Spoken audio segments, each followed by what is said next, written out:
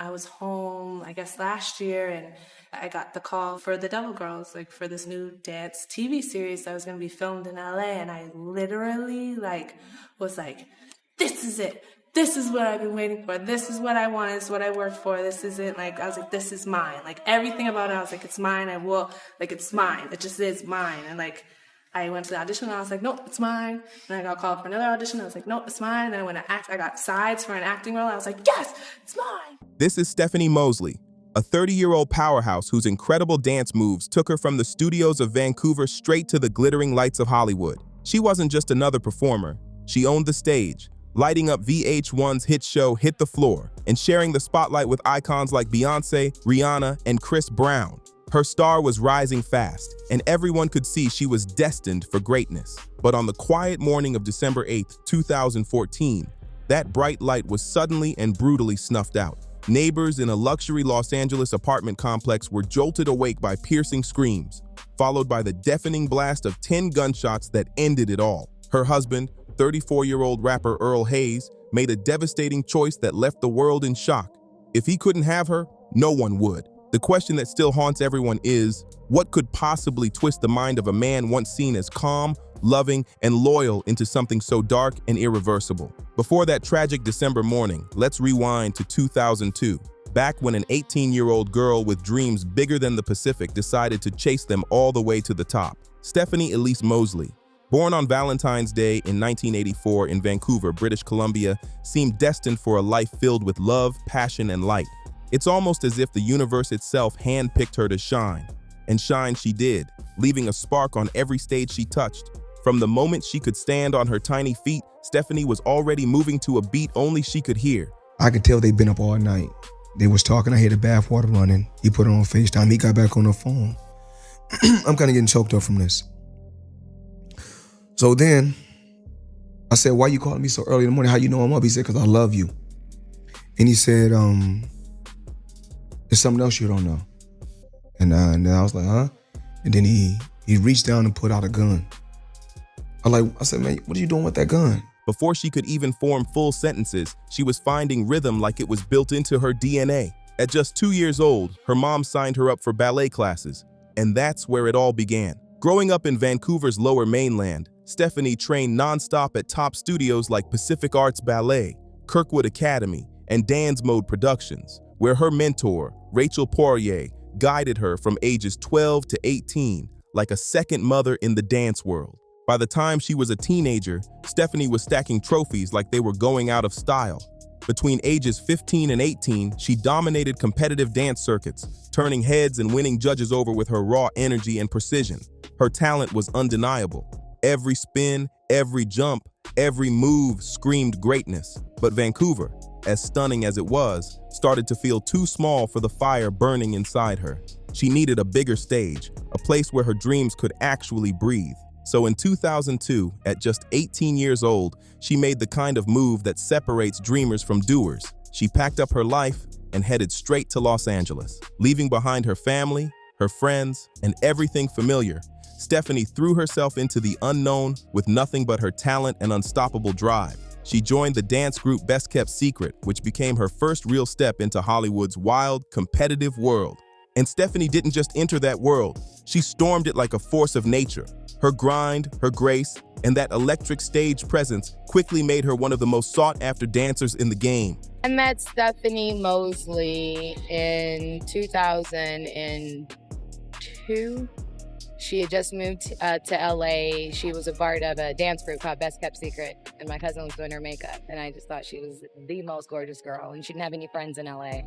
And she just had the dancer world. So I decided I'd take her under my wings. And at that time, I was headed to college, and I decided I wanted to be a model. So we made a pact, and we decided that we were going to figure this business out and become stars together. Soon, her resume looked like a superstar playlist.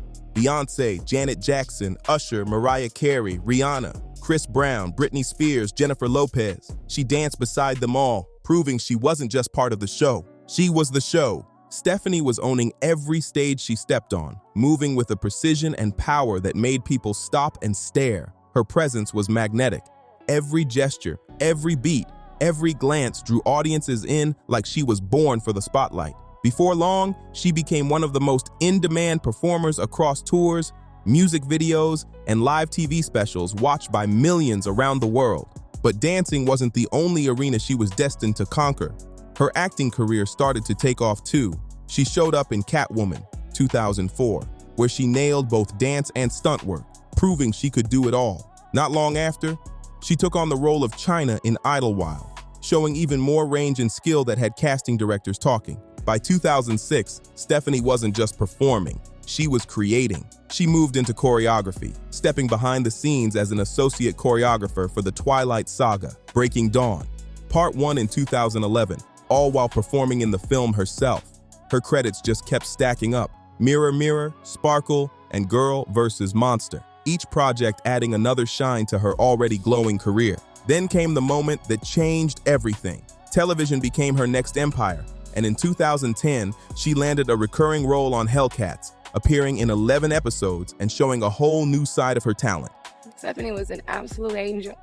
She really was. Everybody she's ever met. She's brought so many of these people into my life. She's connected so many people together.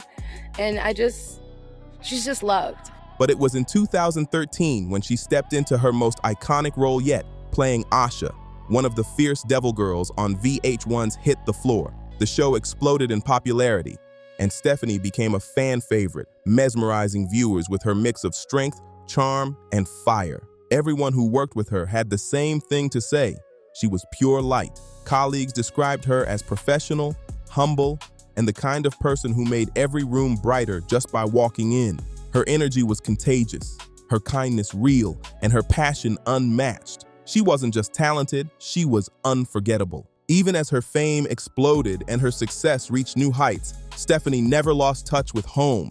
No matter how bright the Hollywood lights got, she always made time for her Vancouver roots, flying back several times a year to be with the family that had supported her since day one. She stayed humble, grounded, and loyal, proof that fame never changed her heart. But behind all the glamour, the red carpets, the celebrity circles, and the flashing cameras, Stephanie's personal life was quietly becoming more tangled and tense. The picture-perfect image of a Hollywood dream was starting to crack. Somewhere along her journey, she crossed paths with a Detroit-born rapper named Earl Hayes, and from the outside, it looked like the ultimate power couple. Two talented artists chasing success side by side, living the fast-paced life that most people only dream about. Everyone has their problems, but if you're asking if anyone knew that, something would come to this, hell no.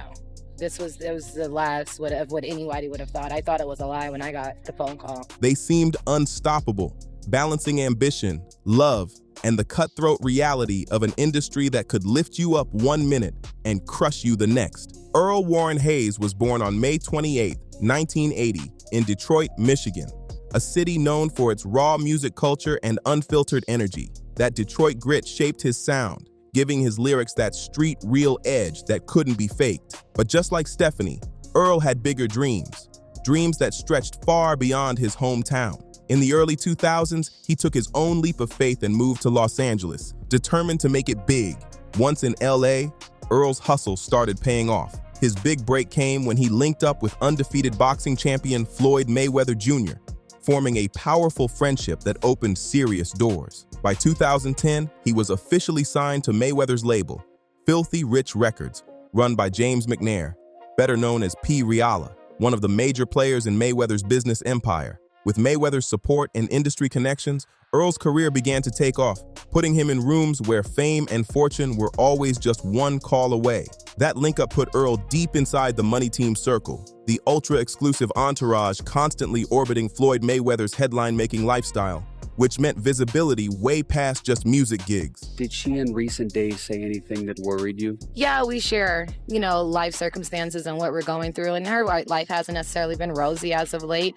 But I don't think, I know that I didn't think it was going to come to this. Instead of chasing solo albums, he stacked high-profile collabs, teaming with big names like 50 Cent on Double Up off the 2012 tape 5, Murder by Numbers, plus sessions tied to Timbaland, Dr. Dre, Too Short, Black Rob, and even the Pussycat Dolls. Co-signs from Dr. Dre and Timbaland boosted his label play, and he kept heat in rotation with remixes and freestyles over buzzy beats. Tracks like Get Your Money Up showed off his flow and street-ready delivery. In 2008, Earl and Stephanie tied the knot, and from the outside, it looked picture perfect. Two talented, camera-ready stars leveling up together while backing each other's grind and big goals. They even popped up side by side in Floyd Mayweather's 2013 Showtime doc 30 Days in May, giving viewers a peek behind the velvet rope and framing them as that glamorous couple living the dream most up-and-comers only imagine. But the shine wasn't the whole story, because behind the curated posts and red carpet smiles, the relationship started to crack under pressure. Whispers turned to tension, and tension turned to real strain, fueled by suspicion and jealousy. What looked flawless online was getting messy offline, and the stress kept building in ways friends said felt heavy and hard to ignore. By around 2012, things took a sharper turn as Earl began accusing Stephanie of stepping out with multiple entertainers, with a particular fixation on an alleged situation involving R&B singer Trey Songz, born Tremaine Alden Neverson. These were allegations, not proven facts, but the talk sparked arguments, hurt, and a growing rift that no couple wants on their plate. I was sitting with Melissa Brim. My best friend called me on FaceTime. We was talking a little bit. He put Stephanie on the phone. I talked to her, and I could tell that they looked like they both were doing drugs and drinking real heavy. I could tell they'd been up all night. They was talking, I hear the bathwater running. People close to the couple later revealed that those cheating rumors hit Earl hard, like a punch he couldn't recover from.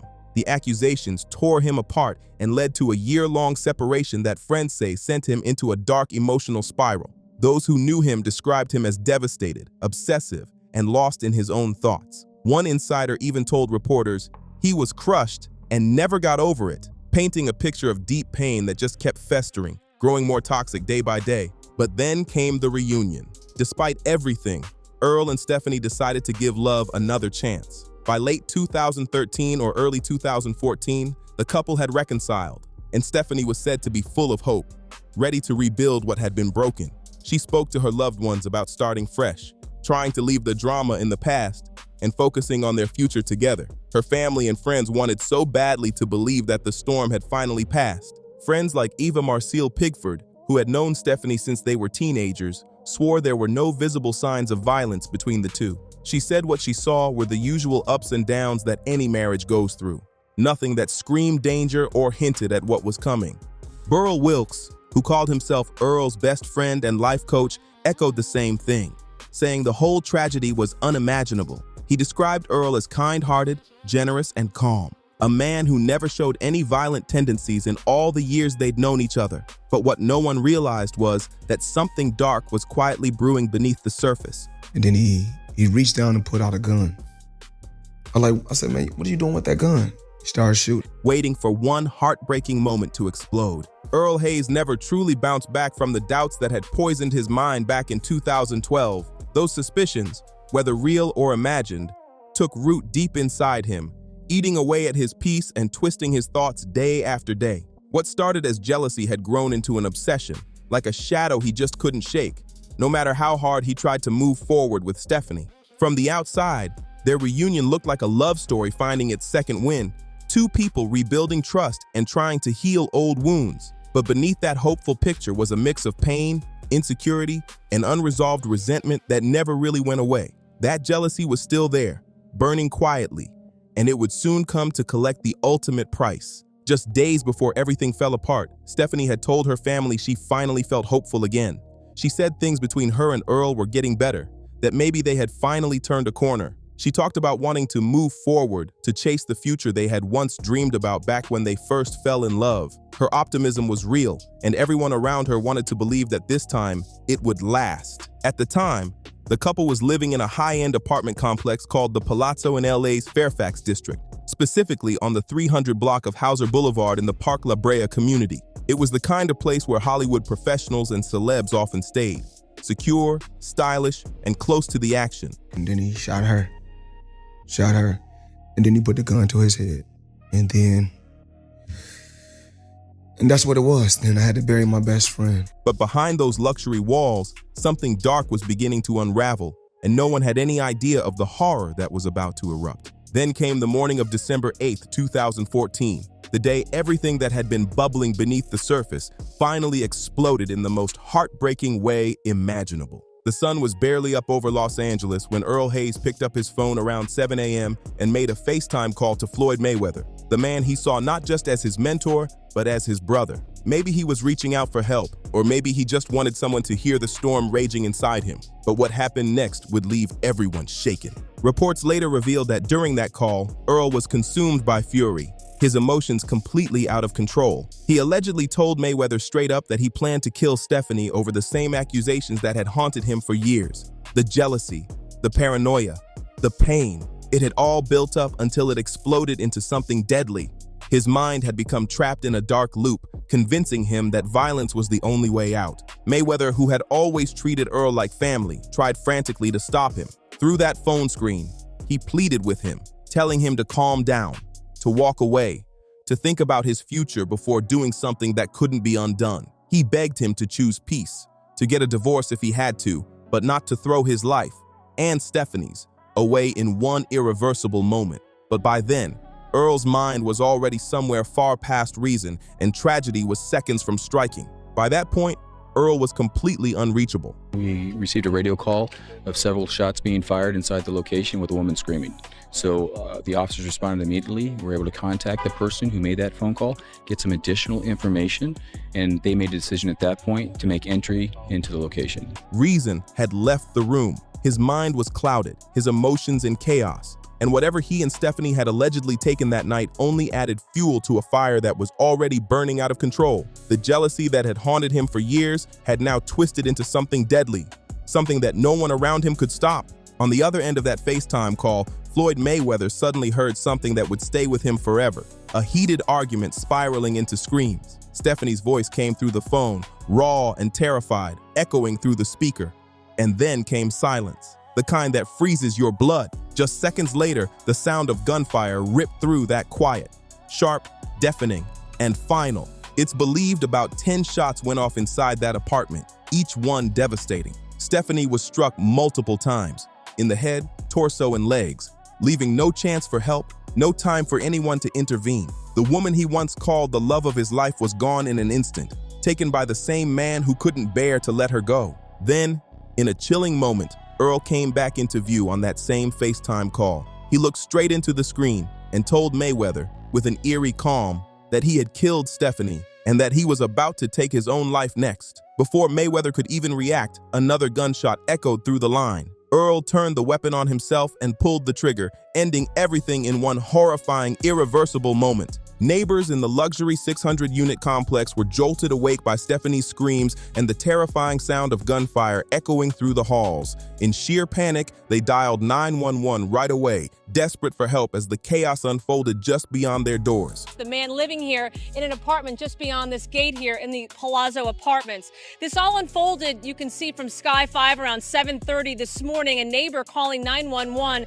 It was around 7:30 in the morning when LAPD units rushed to the 300 block of Hauser Boulevard, their sirens slicing through the quiet Los Angeles dawn. When officers reached the apartment, they found the bedroom door locked tight. No response, no movement inside. That instantly raised red flags, and they classified the situation as a possible barricade. Within moments, backup was called and a full SWAT team was deployed to take control of what was quickly becoming a critical scene. The entire building went on high alert. Residents were temporarily evacuated, and nearby streets filled with flashing lights as law enforcement set up a perimeter. The usually calm Fairfax district was suddenly locked down, traffic crawling to a halt as officers braced for whatever nightmare they might be walking into next. When SWAT finally broke through that locked door, they were met with a devastating sight that none of them would ever forget. Inside the bathroom lay both Stephanie and Earl, their lives stolen in a blur of violence that felt impossible to comprehend. Stephanie had been shot multiple times, suffering wounds to her head, torso, and legs. Investigators believe she may have been in or near the bathtub, possibly trying to run or hide from the chaos that had erupted. Earl was found nearby with a single self-inflicted gunshot wound to the head. Paramedics could only confirm the unthinkable. Both were already gone. Just like that, the couple once seen as a picture of success and love had become the center of a Hollywood tragedy that no one saw coming. after hearing gunshots and screaming from a woman in a next-door apartment. We're told the initial call said that as many as 10 shots were heard. Patrol officers arrived on scene. They entered the apartment.